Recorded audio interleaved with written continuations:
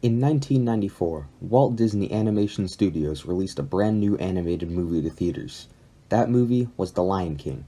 The film made almost $1 billion, a better box office gross than every Disney Renaissance film. The amazing cast, Elton John's incredible score, and the beautiful hand-drawn animation all added up to make one of the best Disney movies, if not one of the best movies, of all time. Then, 25 years later, they decided to fuck it all up. Part 1. History of Disney live-action remakes. The Lion King is a 1994 animated movie by the Walt Disney Company. The Lion King is also a 2019 animated movie made by the Walt Disney Company that they claim is live-action, but it's not. When Disney started making live-action remakes in 2014 with Maleficent, critics were mostly positive about it. With 2015's Cinderella, then 2016's Jungle Book and Pete's Dragon, then many others in the following years, critics were giving the remakes positive reviews. Audience reviews were mixed, with most people seeing the movies once and liking it, but on many places like here on YouTube, people were calling out Disney for the repetitive nature and blatant nostalgia bait. In my opinion, the remakes of The Jungle Book and Pete's Dragon were okay, but very forgettable. When 2017's Beauty and the Beast remake came out, many people noticed that it was almost the exact same movie as the original animated classic, but with less dynamic cinematography, and it was more boring. Fans of the original films thought the same with 2019's Aladdin, and then again with the topic of this video, The Lion King remake. Part 2. The focus and CGI. The Lion King opens with the sun rising over an African savanna with the iconic song, The Circle of Life, playing over it. Let's compare the two versions. When this shot is shown in the original, the sun is giant and in the center of frame, with it being the focus of the shot.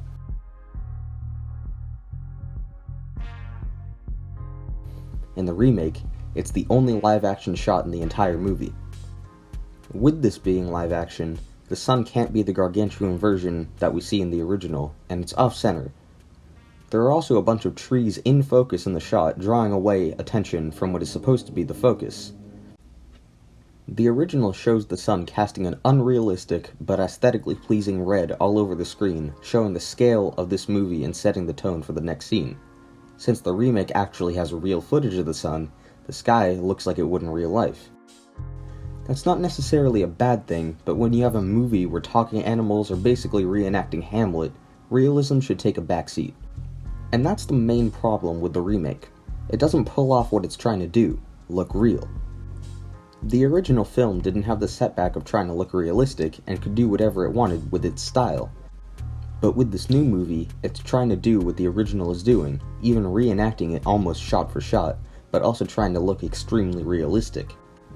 When you see a lion talk in the original, you see a cartoon, yes, but the suspension of disbelief is there when you know that the characters aren't supposed to look real. Timon! Yeah? Ever wonder what those sparkly dots are up there?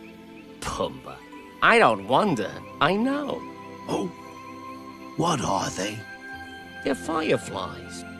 Fireflies that got stuck up in that big bluish black thing. Oh, gee. I always thought they were balls of gas burning billions of miles away. Pumbaa, with you, everything's gas. With the remake, you just hear a person's voice while what amounts to National Geographic footage of a lion plays with its mouth moving up and down. Hello. Nice one, Simba. Oh, thanks. Must have been the termites. Or the crickets. And you wonder why I prefer to sleep underground. Hey, Timon. You ever look up there and wonder what those sparkly dots are? Oh, Pumbaa. I don't wonder. I know. Really? What are they? They're fireflies. Fireflies that got stuck on that big bluish black thing. Oh.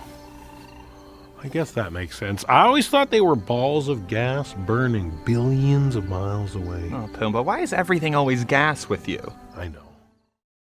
We'll get back to the voice acting later. I've heard the idea of the remake instead being filmed like an actual documentary, with a narrator saying what is happening while lines are moving about, causing the remake to look like a real documentary, like director Jon Favreau said he was trying to do with this movie, while also sticking to the realistic look that Disney wanted for their remakes.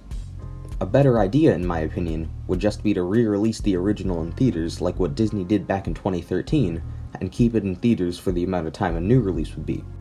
But if the movie absolutely had to be remade, the documentary-like style would have been the best choice.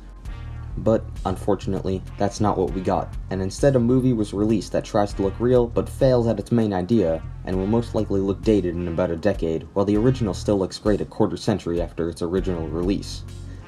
The worst part is that they tried to say that the remake was live action, which it was not.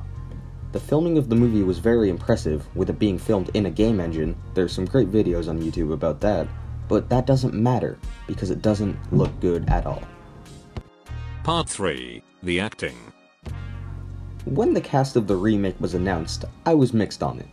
I was happy that they didn't replace James Earl Jones as Mufasa, as he was extremely iconic in the role.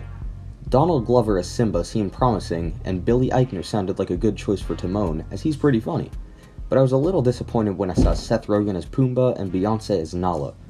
Seth Rogen can be funny, but I was a bit tired of him. He's in everything. And Beyoncé is a really good singer, but I've seen her in movies before, and she cannot act. But when I was forced to see this movie, I was surprised, in both good and bad ways. A good thing is that Seth Rogen was actually one of the best parts of the movie. Him and Billy Eichner were actually pretty funny, but everyone else, they were only okay. Which is worse than being really bad, because you can't get any enjoyment out of an okay performance. With a good performance, you can appreciate it for how good it is. With a bad performance, you can laugh at how bad it is, but with an okay one, it's just boring. I personally think that being boring is one of the worst things you can do in media. James Earl Jones sounded really old. To be fair, he is, but this is a situation where a recasting wouldn't be too bad. He had so much less energy than he did in the original because he simply didn't have it in him. Donald Glover as Simba was kind of forgettable, which was really surprising to me because he is extremely memorable in everything I'd seen him in before, like Community and that one scene he had in Spider-Man Homecoming that was only 2 minutes. There was just no emotion in this performance. Beyoncé was extremely stiff and sounded like she was reading the script for the first time. Eric Andre and Keegan-Michael Key as the hyenas were funny about one time, but the jokes just got annoying. The kids that played young Simba and Nala were okay, but they weren't the best, but I'll give them a pass because they're only kids. Chiwetel Ejiofor, sorry if I pronounced that wrong, as Scar was okay. That's it. The cast was very forgettable except Timon and Pumbaa in this version.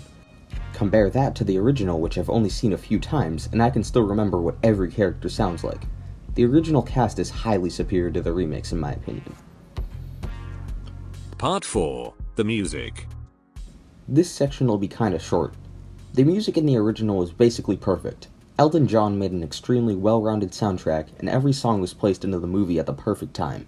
In the remake, the music is still really good as it's the same songs, but just a slight downgrade for the songs that they actually kept in.